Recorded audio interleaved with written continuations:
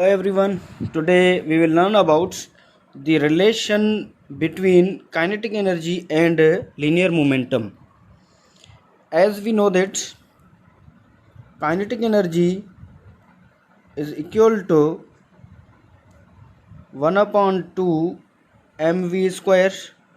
This is the formula to calculate the kinetic energy. By multiplying and dividing m on right hand sides is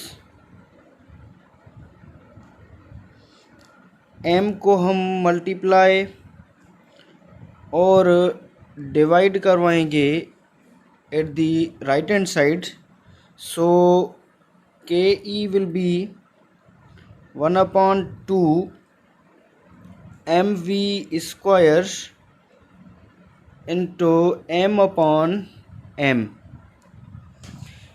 M upon M का मतलब क्या है, यहाँ पर हम 1 multiply करवा रहे हैं.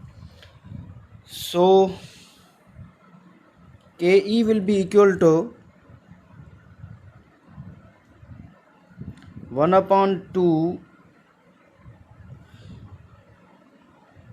यहाँ पर m इंटू एम स्क्वायर हो जाएगा, M square into V square upon M.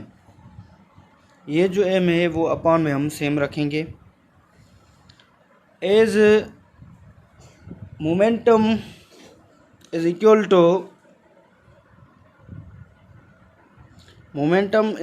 to mass into velocity, so square of momentum will be equal to m square into v square. सो यहाँ पर हमें जो कंडीशन मिल रही है वो ये सेम कंडीशन है कि P square will be equal to M square into V square. तो इस जगह पर हम ये वैल्यू पुट करेंगे.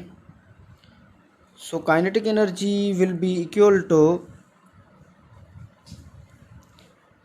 एम स्क्वायर वी स्क्वायर के जगह पर हम पी स्क्वायर पुट करेंगे अपॉन 2m हम सेम लिखेंगे.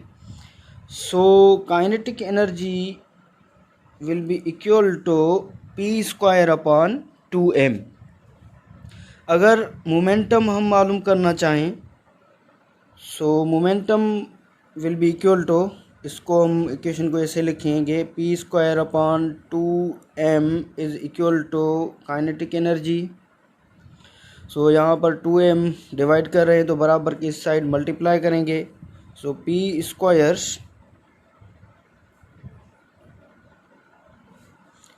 Square is equal to 2m into kinetic energy.